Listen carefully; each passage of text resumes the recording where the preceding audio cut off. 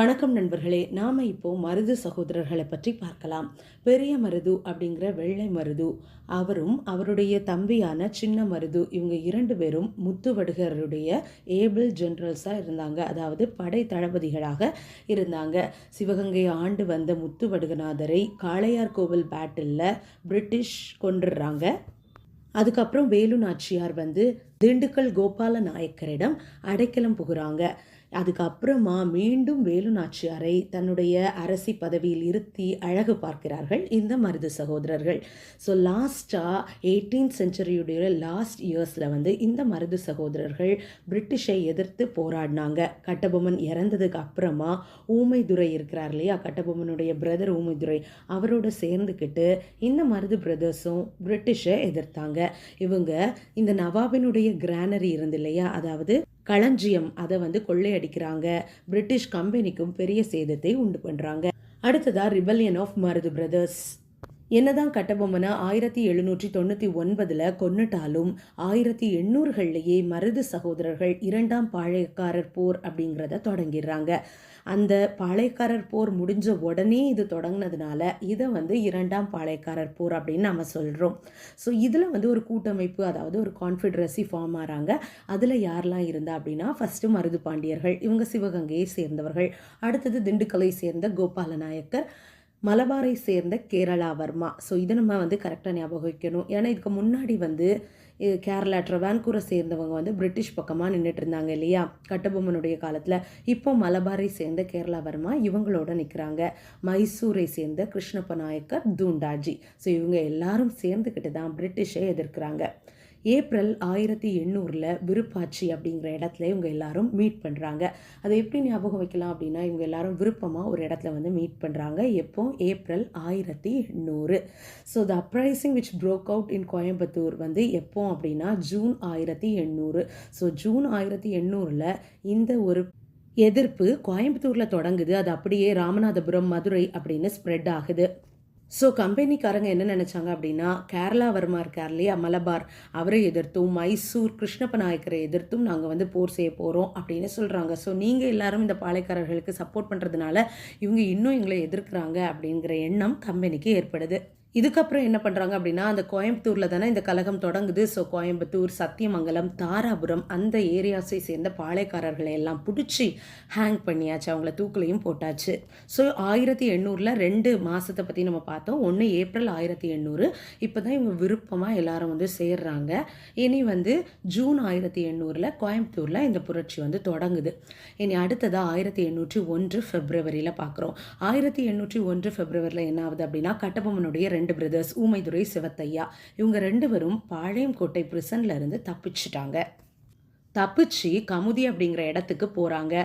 அங்கேருந்து சின்ன மருது என்ன பண்ணுறாரு அப்படின்னா, அவருடைய தலைநகர் கேபிட்டலான சிறுவயலுக்கு அவங்க 2 பேரையும் கூட்டிகிட்டு போகிறாரு. ஸோ ரொம்ப வேகமாக பாஞ்சாலம்குறிச்சி அந்த கோட்டையை மீண்டும் கட்டி எழுப்புறாங்க.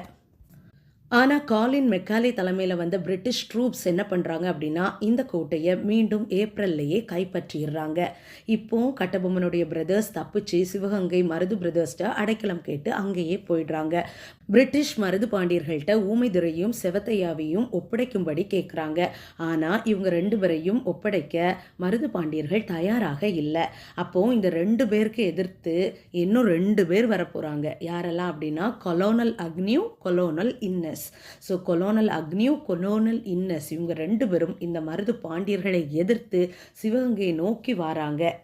இப்போ ஜூன் 1801 இதில் மருது பாண்டியர்கள் ஒரு ப்ரொக்ளமேஷன் ஆஃப் இண்டிபெண்டன்ஸ், அதாவது விடுதலை பேராணை அப்படிங்கிறத வெளியிடுறாங்க.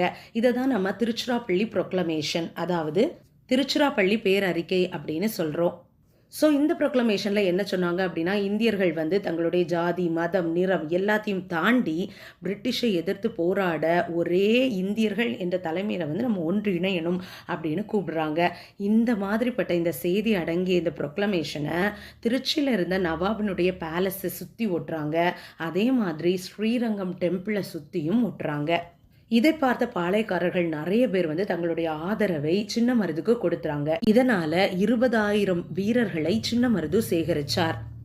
இப்போ 20,000 பேர் பிரிட்டிஷை எதிர்த்து வராங்க அப்படின்னு தெரிஞ்ச உடனே பிரிட்டிஷ் வந்து தங்களுடைய ட்ரூப்ஸ் எங்கெல்லாம் இருந்தாங்க, பெங்கால், சிலோன், மலாயா, இங்கே இருந்த எல்லாரையும் கொண்டு குவிச்சிட்டாங்க. இது கூடவே புதுக்கோட்டை ராஜா, எட்டயபுரம் ராஜா, தஞ்சாவூர் ராஜா இவங்க எல்லாருமே பிரிட்டிஷ் பக்கம் தான் நின்றுட்டு இருந்தாங்க. இது மட்டும் இல்லாமல் கொஞ்ச நாள் ஆகவே டிவைட் அண்ட் ரூல் பாலிசி வந்து பிரிட்டிஷ் ஃபாலோ பண்ணாங்க இல்லையா, பிரித்தாளும் கொள்கை. இதனால பாளையக்காரர்கள் இடையே நிறைய பிரச்சனைகளை தூண்டி விட்டு பாளையக்காரர்கள் பிரிய வந்து இவங்க வழிவகுத்தாங்க. இனி என்ன ஆகுது அப்படின்னு சொன்னால், பிரிட்டிஷ் வந்து தஞ்சாவூர் அதுக்கப்புறம் திருச்சிராப்பள்ளியில் இருந்த போராட்டக்காரர்களை வந்து அட்டாக் பண்ணுறாங்க. இதனால் அவங்க பிரான்மலை மற்றும் காளையார் கோயில் அந்த இடங்களில் போய் தஞ்சம் புகுறாங்க. இதனோட முடிவாக சிவகங்கை 1801 வந்து இப்போ கைப்பற்றவும் படுது. இப்போ மருது பாண்டியர்களை கைப்பற்றி இவங்களை வந்து ராமநாதபுரம் பக்கத்தில் திருப்பத்தூர் அப்படிங்கிற ஃபோர்ட்டில் அக்டோபர் 24 அன்னைக்கு வந்து தூக்கில் போட்டுடுறாங்க. ஏற்கனவே நம்ம செப்டம்பர் 13 பார்த்துருந்தோம், அக்டோபர் 16, இப்போ அக்டோபர் 24 பார்க்குறோம். அடுத்தது நவம்பர் 16 ஊமைதுரை சிவத்தையா இவங்க 2 பேரையும் பாஞ்சாலங்குறிச்சியில் தலையை வெட்டி கொண்டுடுறாங்க. ஸோ செப்டம்பர் 13 அப்படிங்கக்கூடியது சிவசுப்பிரமணிய பிள்ளை, அக்டோபர் 16 அப்படிங்கிறது கட்டபொம்மன், அக்டோபர் 24 அப்படிங்கிறது மருது சகோதரர்கள், நவம்பர் 16 அப்படிங்கிறது ஊமைதுரை மற்றும் சிவத்தையா. ஸோ இப்போ நவம்பர் 16 ஊமைதுரை சிவத்தையா 2 பேரையுமே பாஞ்சாலங்குறிச்சியில் வச்சு கழுத்தை வெட்டி கொன்னாச்சு. அதே மாதிரி 73 கலகக்காரர்களை என்ன பண்ணாங்க அப்படின்னா மலையாளில் உள்ள பெனாங் அப்படிங்கிற இடத்துக்கு நாடு கடத்திட்டாங்க. எத்தனை பேரை? 73 பேரை. என்னதான் இந்த பாளையக்காரர்கள் வந்து பிரிட்டிஷ்ட வீழ்ந்துட்டாலும் கூட இவங்க ஒரு கிரேட் இன்ஸ்பிரேஷனாக தான் வருங்காலத்தில் இருந்துட்டு வந்தாங்க. இவங்க செஞ்ச அந்த புரட்சியை தான் நாம் தென்னிந்திய புரட்சி, அதாவது சவுத் இந்தியன் ரிபல்லியன் அப்படின்னு சொல்கிறோம். ஸோ இதோட எண்ட் என்ன அப்படின்னா கர்நாடிக் ட்ரீட்டி 1801 அப்படிங்கிறது ஜூலை 31 அன்னைக்கு சைன் ஆகுது. இதன்படி பாளையக்காரர் முறைக்கே ஒரு எண்ட் வந்தாச்சு. பிரிட்டிஷ் வந்து டைரக்டாக தமிழகத்தை அவங்களோட கண்ட்ரோலில் எடுத்துக்கிட்டாங்க. இப்படி பாளையக்காரர் முறையும் ஒரு முடிவுக்கு வந்துடுச்சு. ஓகே ஃப்ரெண்ட்ஸ், இப்போ நம்ம கொஸ்டின்ஸ் பார்த்துடலாமா? பெரிய மருதினுடைய இன்னொரு பெயர் என்ன? பெரிய மருதுவினுடைய இன்னொரு பெயர் என்ன? மருது பாண்டியர்களோடு சேர்ந்து பிரிட்டிஷை எதிர்த்த அந்த கூட்டமைப்பில் மைசூரை சேர்ந்தவர்கள் யாரெல்லாம் இருந்தாங்க? 2 பேர் இருந்திருப்பாங்க, 2 நேம் உண்டு, அது யாரெல்லாம்? 3rd கொஸ்டின், திருச்சிராப்பள்ளி ப்ரொக்ளமேஷன் எந்த மந்த்து, எந்த இயர்? 4th கொஸ்டின், மருது சகோதரர்கள் எப்போது எங்கே தூக்கிலிடப்பட்டார்கள்? 5th கொஸ்டின், பாளையக்காரர் முறை எந்த ட்ரீட்டிக்கு அப்புறமா ஒரு எண்டுக்கு வந்துச்சு? பாளையக்காரர் முறை எந்த ட்ரீட்டிக்கு அப்புறமா ஒரு எண்டுக்கு வந்துச்சு? அதோட டேட்டும் சேர்த்து குறிப்பிடுங்க. இதனுடைய ஆன்சர்ஸை கமெண்ட்டில் கண்டிப்பாக பதிவு செய்யுங்க. நன்றி.